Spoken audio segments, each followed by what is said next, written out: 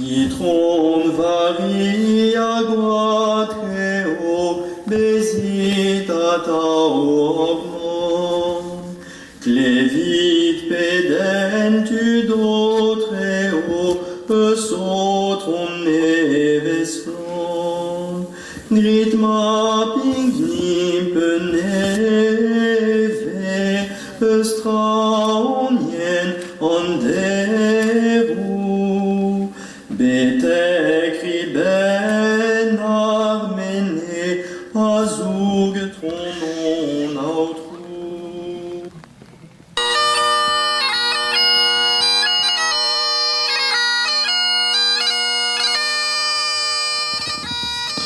Il y a bien longtemps, alors que les hommes pensaient davantage au salut de leurs âmes, les chrétiens se pressaient sur les chemins de Compostelle, du Mont Saint-Michel, de Rome et même de Jérusalem. Les Bretons n'étaient pas les moins généreux. Nous allons en avoir un exemple ce soir. Son nom est Mathurin. Et il était parti si longtemps qu'on avait fini par se demander s'il reviendrait un jour. Et pourtant, c'est bien lui qui revient ce soir. Il va nous raconter son histoire.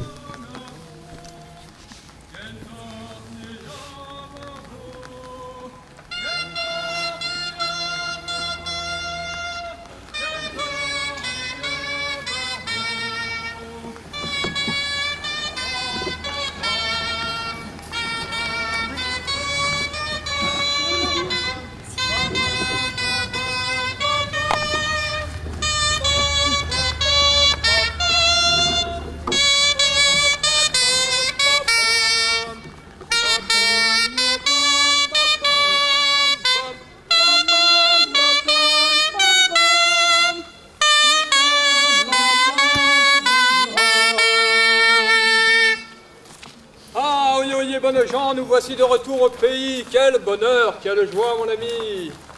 Et la brave Tomette qui a parcouru tant de kilomètres sur les routes de Jérusalem et qui revient jusque dans le pays de nos pères, dans la seigneurie de Caraga. Je reviens d'un long pèlerinage de plusieurs années, figurez-vous. Mais c'est tout un peu particulier. Attends un peu encore l'écurie. L'histoire des vieux saints bretons, je me suis demandé s'il existait des saints qui avaient connu Jésus-Christ, notre Seigneur. Et c'est pourquoi je me suis rendu jusqu'à Jérusalem. Mais je suis de retour et j'ai un trésor dans la sacoche de Tomette. Oh, je ne crains pas les brigands des grands chemins. Je crains bien plutôt les grands savants des universités qui doutent de ce que nos pères, jadis, ont cru. J'ai retrouvé cette histoire et c'est pourquoi je suis heureux ce soir de vous offrir ce trésor. Un trésor si particulier que plus on le partage, plus il grandit. Et plus il réjouit, plus il nous réjouit tous. Alors où ai-je mis ce trésor? Il est là. Vous allez voir un petit peu. Il se trouve dans les 2 livres des histoires perdues et qu'il ne faut que des braves chrétiens pour les célébrer, les aimer et retrouver nos saints par lesquels nous sommes devenus jadis nos pères chrétiens. Allez, voici le livre, la source par laquelle nous avons accès à ces saints. Il s'agit du dominicain Albert le Grand qui écrivit il y a 3 siècles cette histoire que nous allons raconter maintenant.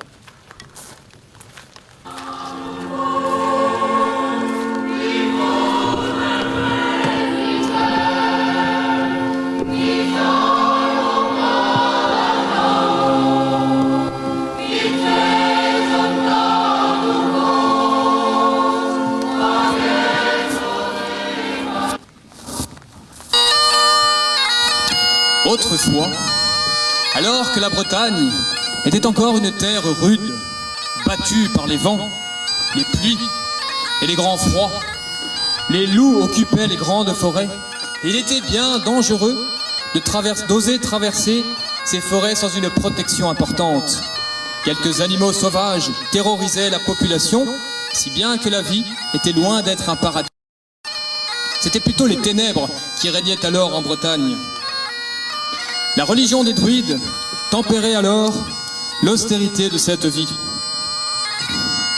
Au son des harpes celtiques et des grands feux qu'ils allumaient sur des collines sacrées et au fond des noires forêts, ils entraînaient leur peuple à célébrer des cultes mystérieux pour leur apprendre à goûter les réalités supérieures de la vie de l'âme. Les druides étaient une sorte de caste dont les enfants eux-mêmes prenaient part et apprenaient la vieille sagesse ancestrale.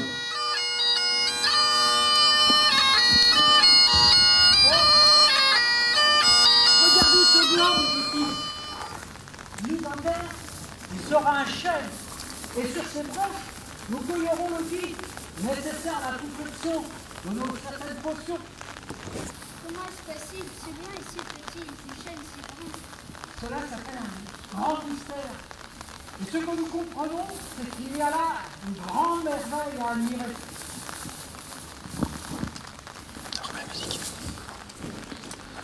Seuls quelques-uns bénéficiaient de ces enseignements, mais tous savaient qu'il existait un autre monde, un ciel véritable, par-dessus le ciel visible des noirs nuages d'orage. Nos pères ne connaissaient pas alors l'étrange athéisme de nos jours sombres. Ils savaient bien que ces arbres et ces falaises étaient l'œuvre, le signe d'une intelligence supérieure, d'une volonté prodigieuse de quelque Dieu mystérieux.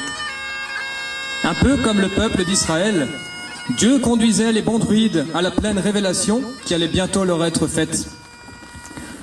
Ce peuple était en attente de quelque chose, ou plutôt de quelqu'un qui devait venir. Ce ne serait pas d'abord un homme, mais une femme, une vierge, qui enfanterait sans l'intervention d'un homme. Les druides avaient eu l'inspiration de prier cette vierge mystérieuse à l'heure de son enfantement. Espérons la venue de cette vierge qui enfantera sans l'intervention d'un homme. Prions pour que cette vierge pour que cette vierge miraculeuse arrive. Et ils priaient ensemble, répétant tous ensemble, entraînant leur peuple. Ave Virgo, Ave Pariduras, Veni Virgo, Veni Pariduras, venez à notre secours. Venez à notre secours, chantait-il sans se lasser. Ils priaient avec d'autant plus de ferveur que la situation était tragique. Depuis quelque temps, les druides n'étaient plus les seuls maîtres de l'armorique. Le pays subissait alors l'occupation de l'Empire romain.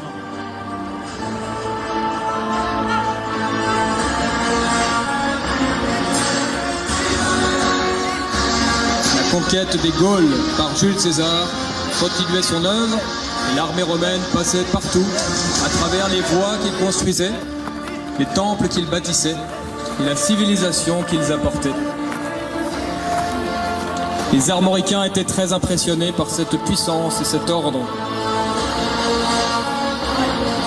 L'administration, le commerce, l'organisation, l'armée.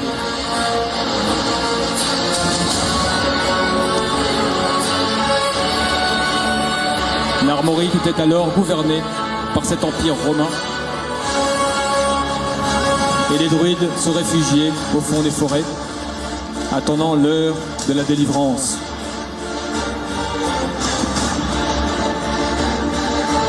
La capitale de l'Armorique du Nord fut le Iodé, le centre des druides, qui fut alors occupé par les Romains et devint une place forte armoricaine et romaine.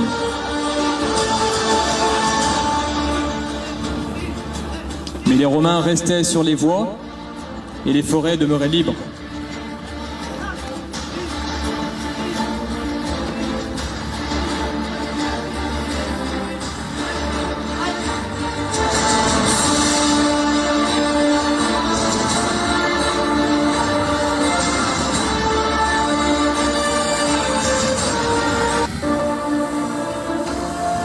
L'Empire romain étendit ainsi son territoire de Jérusalem jusqu'au Iodé et du Iodé jusqu'au port Saliocane à la pointe Saint-Matthieu.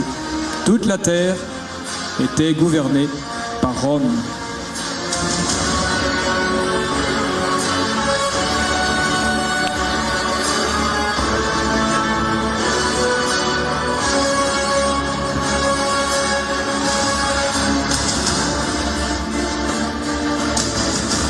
Pour la civilisation, l'Empire romain impressionnait.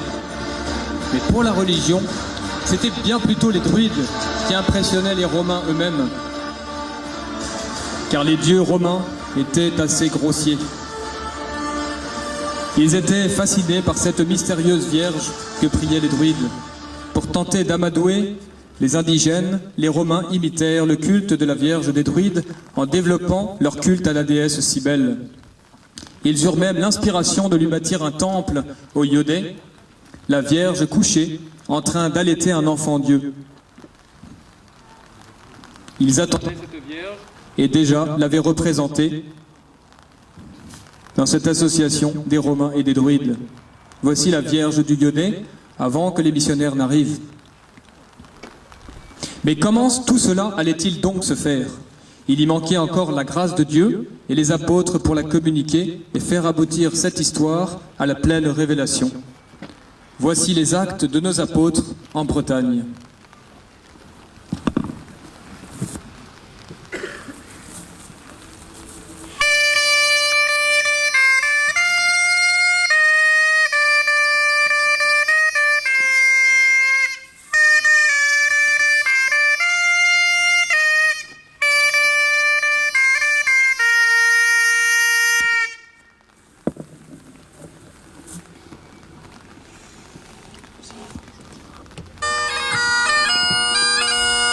Un jour, une barque venue de la Cornouaille, près de Glastonbury, accosta au port de Saliocane à la pointe Saint-Matthieu.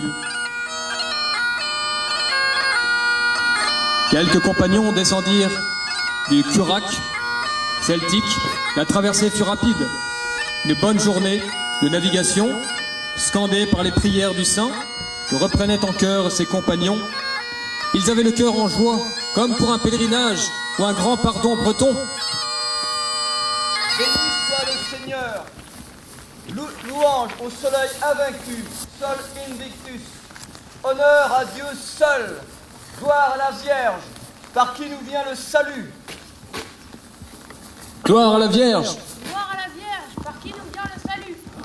Qui étaient donc ces hommes qui n'apportaient aucune marchandise et ne venaient rien acheter ? Accostant sur la terre d'Armorique, ils prient leur sauveur et sa mère, tombant à genoux. Puis l'un d'eux se relève et s'adresse à ces hommes. Amis, notre secours est dans la croix du Seigneur. Dieu est avec nous dans notre mission. Dieu nous aide. Dieu le veut. En avant. Dieu le veut, en avant. Ils repartirent ainsi à l'appel des âmes qu'ils devaient conquérir. Ils empruntèrent la voie romaine qui les conduit bien vite à Morlaix, ou Monroulaise, comme on disait alors. Ils s'établirent sur le coteau dominant la ville, auprès d'une source qui coule toujours aujourd'hui. Le chef de cette équipe sculpta une niche au-dessus de la fontaine et y déposa une petite statue de la Sainte Vierge.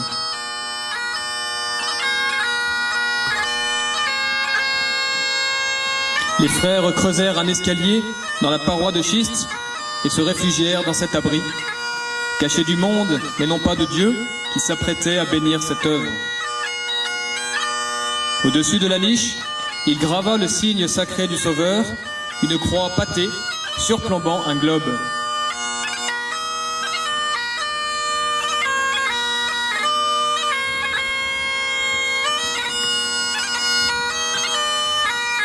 Et le missionnaire dit à son compagnon: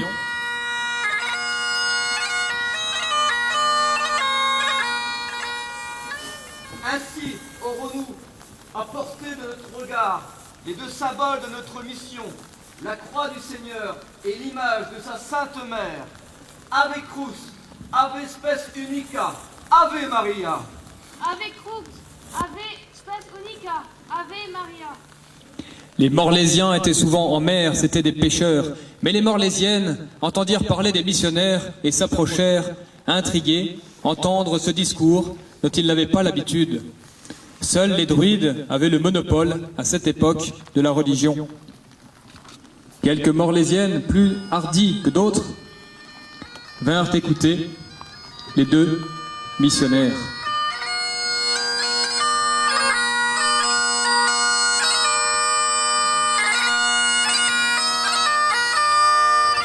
C'est alors qu'il se mit à prêcher le vrai Dieu. Habitants de ce pays, je suis Drénalus, apôtre du Christ, disciple de Joseph d'Arimathie, qui m'envoie vers vous. Ce Joseph d'Arimathie, qui a été le témoin de l'épisode le plus extraordinaire de l'histoire de l'humanité, par lequel le Christ, Dieu fait homme, a été mis à mort par amour pour nous et pour notre salut. Et comme le soleil réapparaît chaque jour, le Christ, le troisième jour, est ressuscité des morts. C'est en croyant en lui que vous sauverez votre âme et pourrez accéder au bonheur éternel. Qu'il doit être doux ce Sauveur pour avoir donné sa vie pour nous. Que devons-nous faire? Faites-vous baptiser, priez la Vierge et venez à la croix. C'est ainsi que les Morlaisiennes, les premières, reçurent le baptême de la main de saint Drénalus, aidé par son diacre Congalus. Je vous baptise au nom du Père et du Fils et du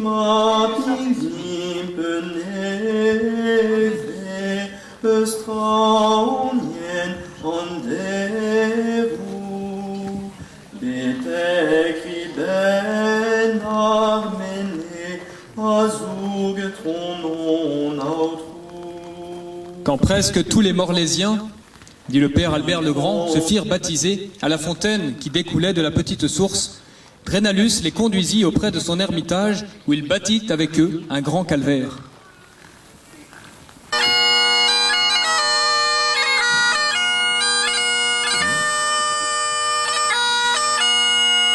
Calvaire qu'on appela longtemps la croix à la lanterne, à cause d'une petite lanterne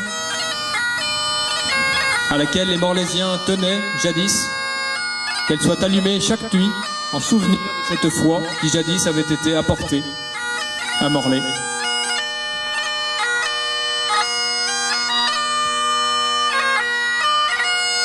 On peut penser que ce fut là le premier calvaire breton.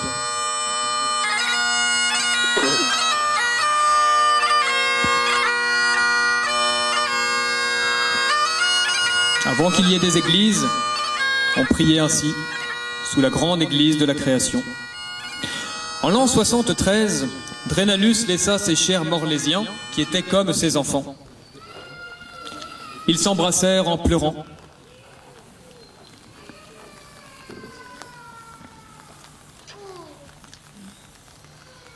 Mais l'appel de Dieu sonnait plus fort. Il partit avec Comte Gallus, laissa l'un de ses disciples, et s'en fut de Morlaix jusqu'au Yodet, près de Lannion, où Dieu les appelait à poursuivre leur mission. Le Yodet était une sorte de capitale de l'Armorique Nord qu'il lui fallait gagner au Christ. S'y trouvait à la fois le foyer des druides, depuis des siècles, que l'armée romaine avait transformé en une place forte, base arrière de sa conquête de l'île de Bretagne. Quand il découvrit que les druides et les Romains s'étaient réunis dans le culte d'une vierge couchée qui devait enfanter, il imita le grand saint Paul qui fit ainsi, un jour, devant l'aréopage d'Athènes, après avoir vu une stèle au dieu inconnu. Saint Drénalus s'adressa à tous les habitants du Yodet et leur tint ce langage.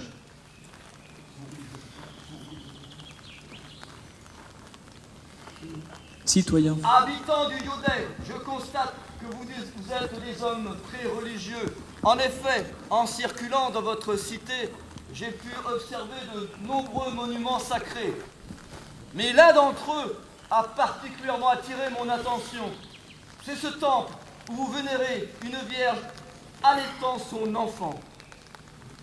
Mes amis, cette vierge que vous attendez depuis des siècles, que vous vénérez sans la connaître, moi, Drénalus, je viens vous l'annoncer. Elle s'appelle Marie de Nazareth, fille de Joachim et d'Anne. Elle a donné naissance à Jésus le Sauveur, qui a donné sa vie pour nous et pour notre salut. Nous croyons à cette Vierge, mais quand viendra-t-elle? Quelle est sa puissance? Elle est plus puissante qu'une armée en bataille. Et je vous l'assure, tous qui êtes présents, un jour, la Bretagne et toutes les nations l'aimeront, la serviront, afin d'établir le règne de son divin Fils sur toute la terre. quand ils entendirent ainsi parler de la Vierge, du Sauveur et du paradis, beaucoup crurent en la parole qui leur avait été prêchée et demandèrent ce qu'il fallait faire pour entrer dans une telle espérance. Ils demandèrent « Que nous faut-il faire ?» Faites-vous baptiser, priez la Vierge et venez à la croix. Ave, Ave, Ave Maria, Ave, Ave, Ave Maria. C'est ainsi que saint Drénalus réussit là où l'Empire romain avait échoué. Il convertit ce peuple et l'attacha à jamais à Jésus-Christ. Que fit-il alors ? Un cantique du Yodet nous l'apprend. Quand tout le monde fut converti, il construisit l'église du Yodet. Ce fut ainsi que s'éleva, écoutez bien, la plus ancienne des églises de Bretagne consacrée à la Sainte Vierge. L'église construite, il écrivait aussitôt une lettre à Joseph d'Arimathie pour l'informer du succès de la mission et pour procéder à la consécration de l'église.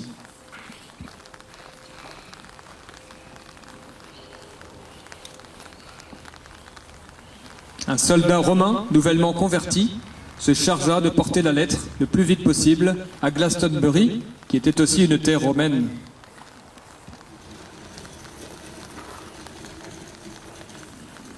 La foi étant alors bien implantée, il donna l'ordre de briser les idoles des païens et fit mettre dans chaque maison une image du crucifix, la Vierge, le Saint-Père et les images des apôtres.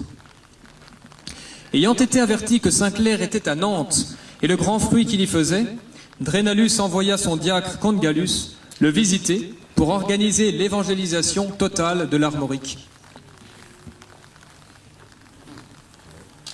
C'est ainsi que nous allons découvrir ce soir le deuxième saint breton par lequel l'Armorique est devenue chrétienne.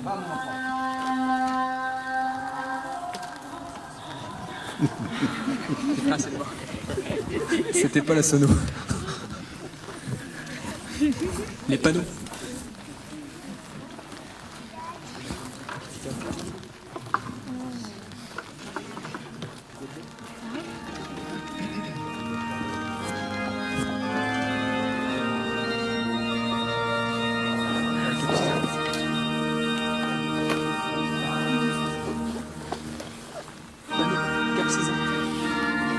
Panneau.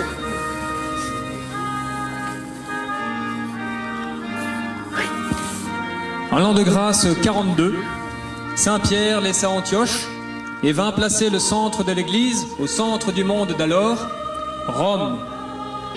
C'est de Rome que Pierre envoya tous les apôtres de la Gaule, Saint Front et Saint Georges au Puy et à Périgueux, Saint Martial en Aquitaine, Saint Trophime à Arles, Saint Saturnin à Toulouse, Saint Savinien et Saint Potentien à Sens et à Troyes, Saint Eucher, Saint Valère et Saint Materne à Cologne, Trèves et Strasbourg, Sainte Eutrope à Saintes, tant et tant d'apôtres que rapidement la foi se répandit presque dans toute la Gaule. Après 25 ans de dévouement, sans limite, Pierre fut arrêté par les soldats romains.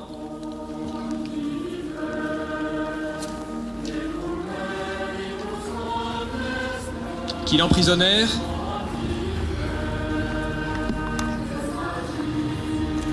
Il eut le temps de donner une dernière bénédiction à son disciple,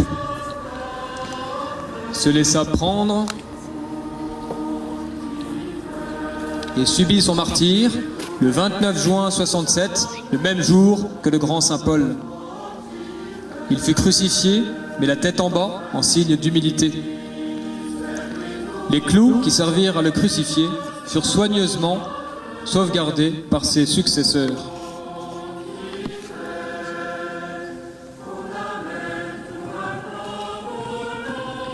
Mais l'Église catholique est une société parfaite qui ne saurait mourir. Et Saint Pierre mort,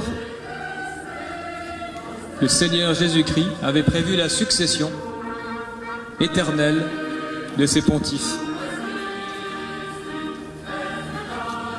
Eminentissimum ac reverendissimum annuncio vobis gaudium magnum habemus papam linum, deuxième pape de l'Église catholique. Saint Lin, le converti et le successeur de Saint Pierre. Il n'avait d'autre ambition que de poursuivre fidèlement l'œuvre de Saint Pierre. Il monta sur la chaire pontificale et envoya d'autres disciples en Gaule. C'est la deuxième vague d'évangélisation.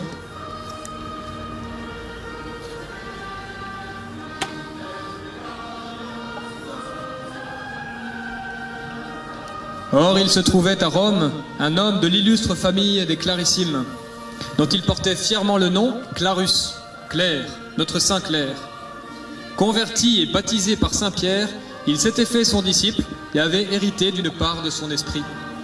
En 69, Linus appelle auprès de lui Clarus, qui accourt à ses pieds, reconnaissant le successeur de Pierre avec une égale vénération.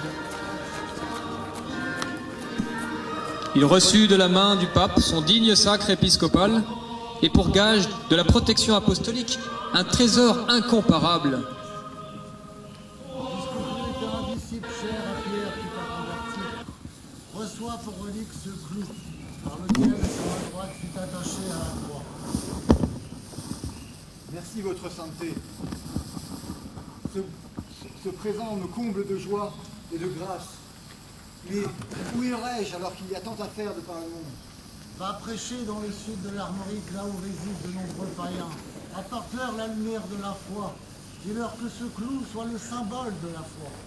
Que les Armoricains restent toujours fidèles à Pierre et ils seront sauvés. Il reçut aussi pour compagnon Adéodatus. Je te présente Adéodatus, qui soit ton fidèle compagnon. Ces deux saints personnages, après avoir reçu la bénédiction du pape, obéirent à son commandement, sortirent de Rome et sans s'arrêter dans aucune ville d'Italie, passèrent les monts, traversèrent les Gaules et se vinrent rendre en la Bretagne armorique, où ils s'arrêtèrent en la ville de Nantes. Ils constatèrent le culte païen. Peuple d'Armorique, cessez vos cultes païens. Ne voyez-vous pas que les dieux que vous vénérez ne sont que des images de pierre, des images terrestres et grossières? Les prêtres païens répliquèrent: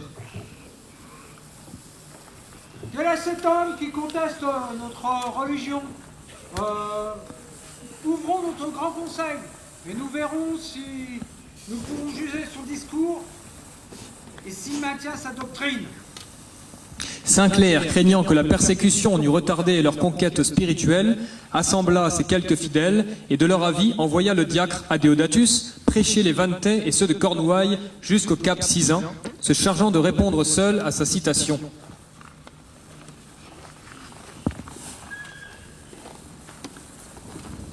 Chers druides, c'est pour le bien de vos âmes que je viens vous annoncer le Dieu de paix et d'espérance.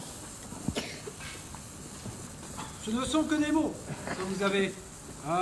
Nous avons des yeux et nous devons voir de quoi tu parles. Vous avez des yeux et vous voyez bien que vous adorez le dieu Janus. Et vous avez eu l'intuition de le représenter avec trois visages. Vous êtes donc prêts à recevoir le mystère de la Trinité. Un Dieu en trois personnes. N'est-ce pas un seul tribunal pour trois juges? Qui est beau pour critiquer nos divines habitudes? Je suis Clair, disciple du Christ, envoyé par l'un, disciple de Pierre. Les prêtres demandèrent un signe pour croire. Donne-nous quelque chose que nous pouvons voir. Voici le symbole que le pape Lin m'amène, me donne.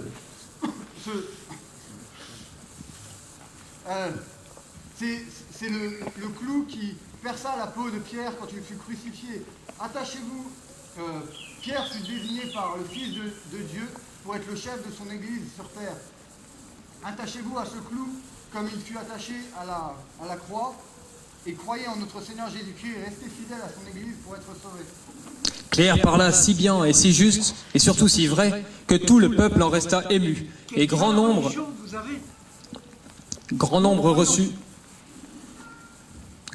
reçurent le baptême des mains du Saint-Évêque. À l'aide des nouveaux convertis, il détruisit la chapelle des idoles et mit lui-même par terre la statue de Janus. Il fit bâtir une petite chapelle qu'il dédia à Dieu, consacrée à la Sainte Vierge et aux bienheureux apôtres Pierre et Paul, et déposa le clou par lequel la foi des Bretons resta toujours attachée à Rome. Ainsi s'alluma la lumière de la foi au sud de la Bretagne armoricaine et jusqu'à l'extrémité du cap Sizun, conformément à l'ordre de Jésus-Christ d'aller jusqu'au bout de la terre, jusqu'au Finistère. Quelque temps plus tard, Dieu leur envoya l'aide dont nous avons parlé, car Drédalus, ayant appris le bien qui se faisait à Nantes, il lui avait envoyé son diacre Comte Gallus. Le saint prélat fut extrêmement joyeux de cette arrivée. Comte Gallus put donner toutes les nouvelles de l'évangélisation de l'Armorique Nord.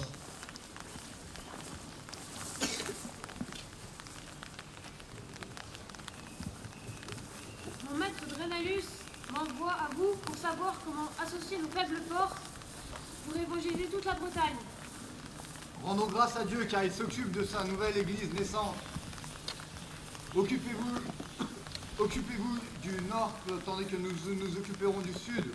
Et avec l'aide de Dieu, bientôt toute la Bretagne deviendra chrétienne. Quelle joie, cher frère.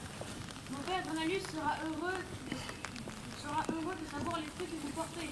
Je cours les lui porter. Pour surcroît de consolation, le diacre Adéodatus arriva à Nantes et rendit compte de sa mission à Vannes et en Cornouailles.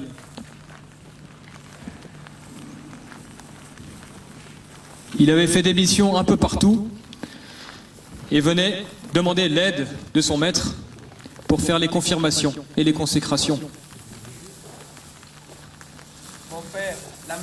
est abondant, mais je ne peux y faire. Il faut votre présence pour consacrer de nouveaux prêtres et confirmer les nouveaux convertis que j'ai baptisés. Pour l'amour de Dieu, les saints vous appellent. Très bien. Alors, si c'est la volonté de Dieu, restez à Nantes pendant que je vais m'occuper du troupeau à Cap 6 ans. Ainsi partit Saint-Clair, sillonnant la Bretagne sur les traces de son précurseur Adéodatus.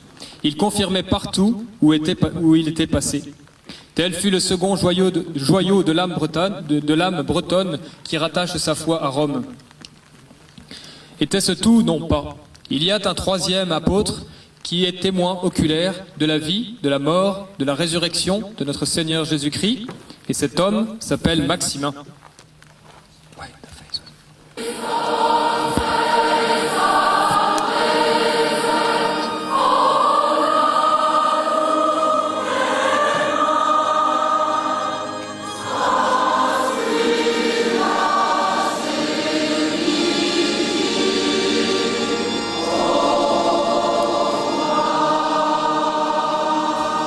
La déesse.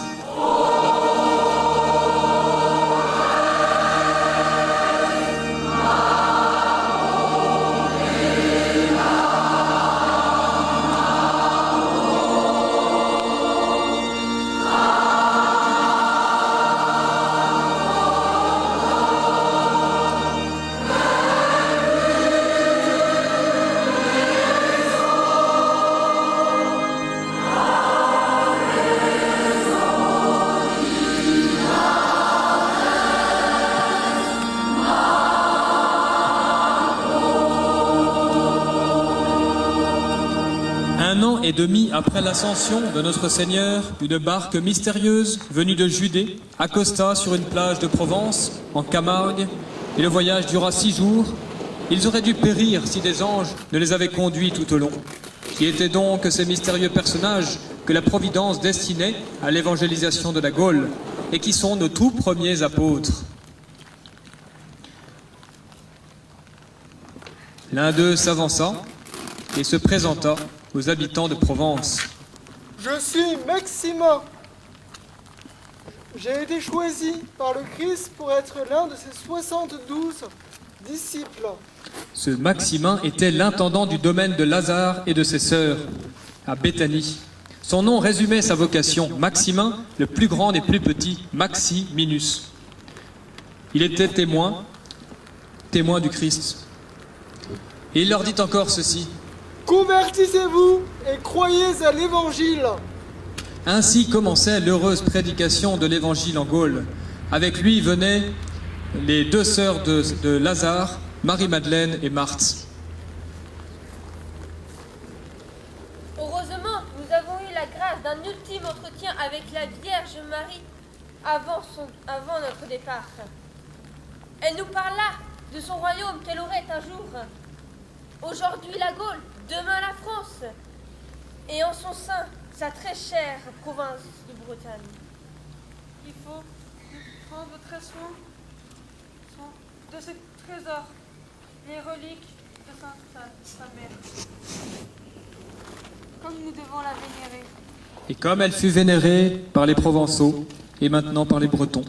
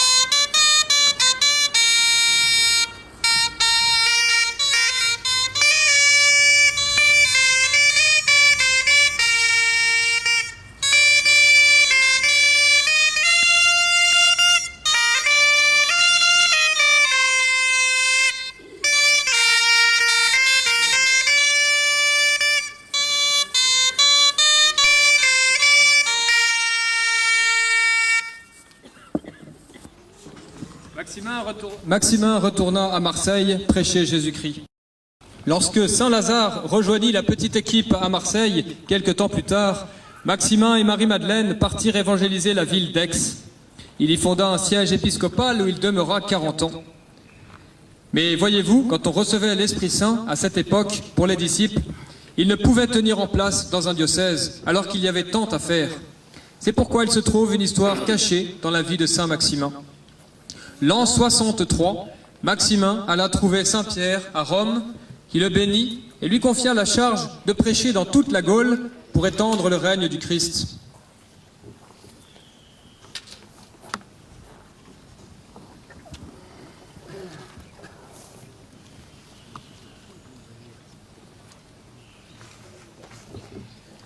Sois fidèle, mon fils, et allume la foi dans tous les cœurs quand tu seras disposé.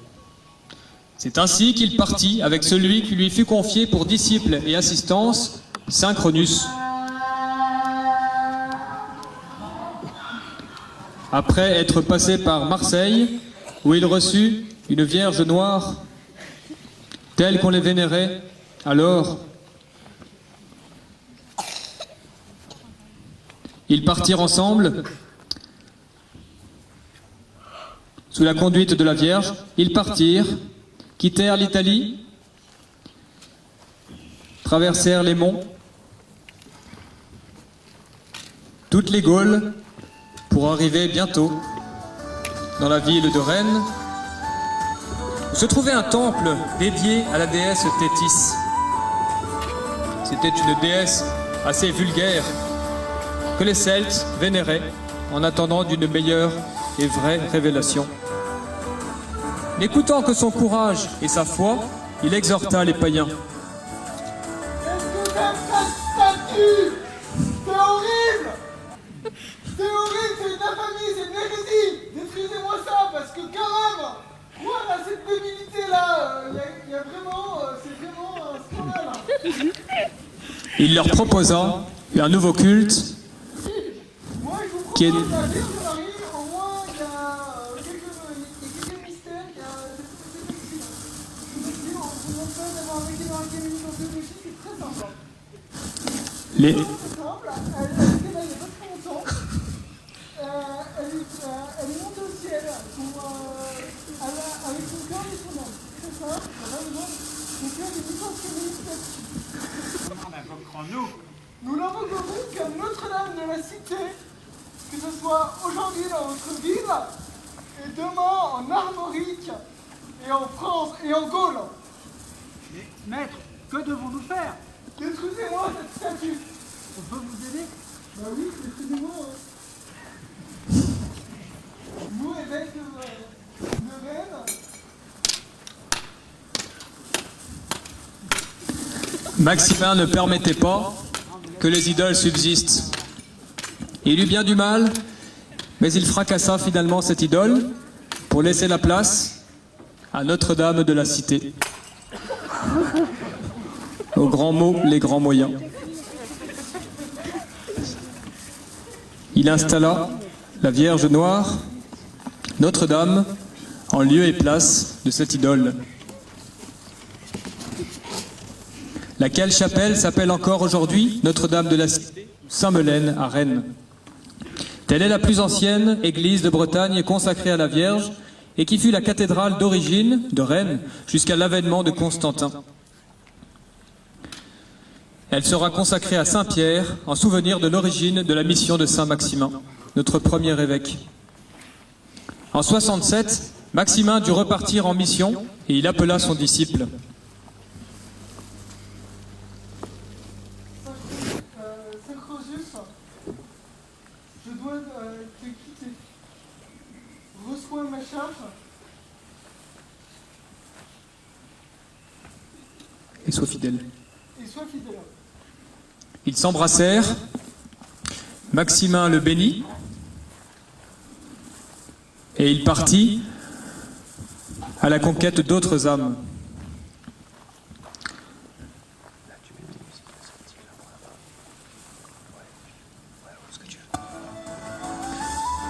Bretons, c'est l'heure maintenant de se souvenir des premiers apôtres par qui la Bretagne armoricaine est devenue chrétienne. Souviens-toi de Maximin, l'intendant de la maison de Lazare, Marie-Madeleine et Marthe, qui apporta la foi. Breton, n'oublie pas Claire, le converti de Saint-Pierre, baptisé par lui, envoyé par Saint-Lin en 69 et 70, il arriva à Nantes. Breton, n'oublie pas Saint Drénalus, le disciple de Saint Joseph d'Arimathie, par lequel nous avons eu tant de calvaires depuis, tant de dévotion à la Vierge. Ces trois apôtres sont les trois par lesquels nous sommes chrétiens. Saint Maximin doit revenir de Provence en Bretagne pour rallumer la flamme de la foi dans les cœurs.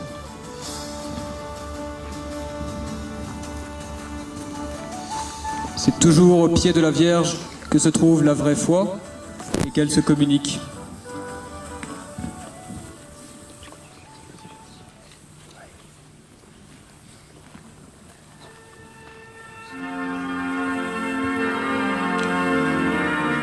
Si un jour la Bretagne retrouve sa grandeur d'autrefois, c'est en renouant avec la tradition de nos pères qui ont gardé, dans de vieux livres presque perdus, ces histoires saintes qui demain rallumeront la foi dans les esprits, dans les cœurs de tous les Bretons et par eux des Français et du monde entier.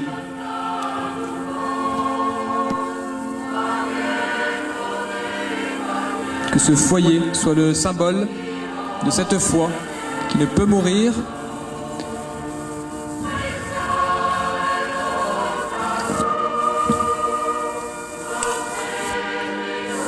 que les soldats romains s'approchaient aussi de ce feu comme ils se sont approchés jadis au IVe siècle de cette foi catholique, et que toutes les puissances de la terre vénèrent la Vierge et son divin Fils Jésus-Christ.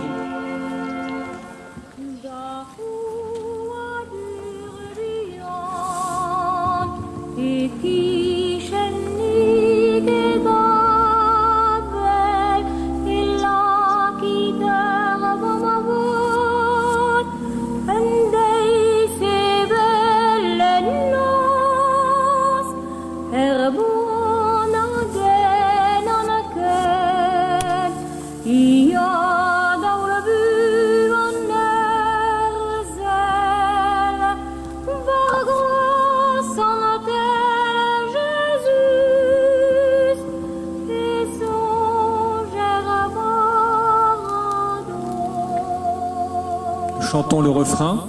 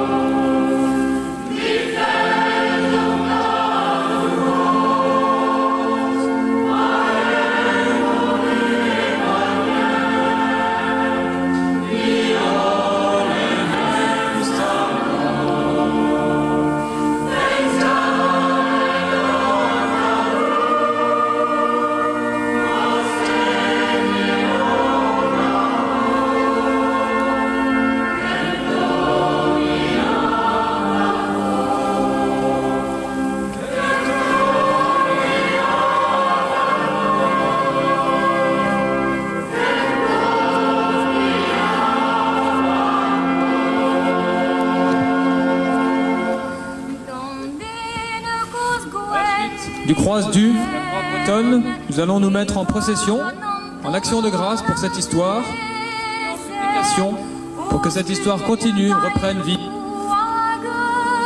Nous suivrons les petits soldats romains qui vont aller chacun saluer la Vierge.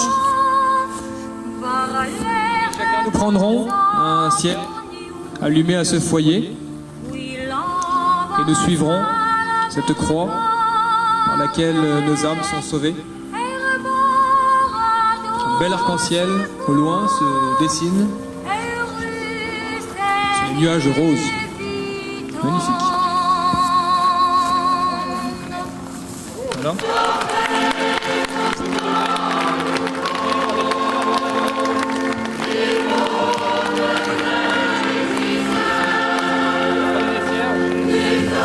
Que vous allez allumer.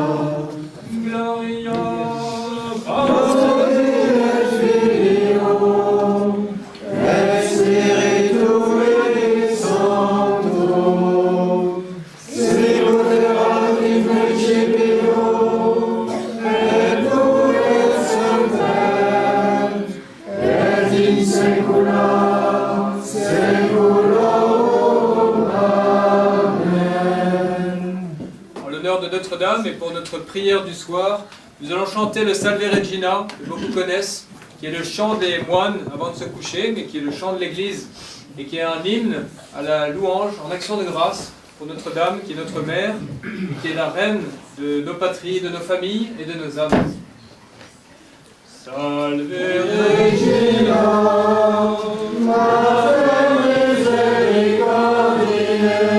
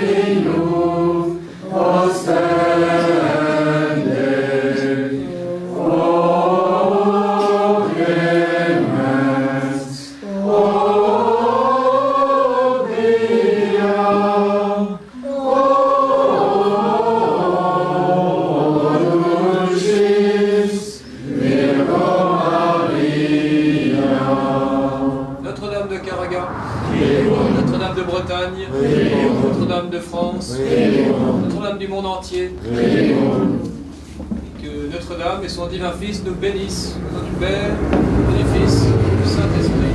Amen.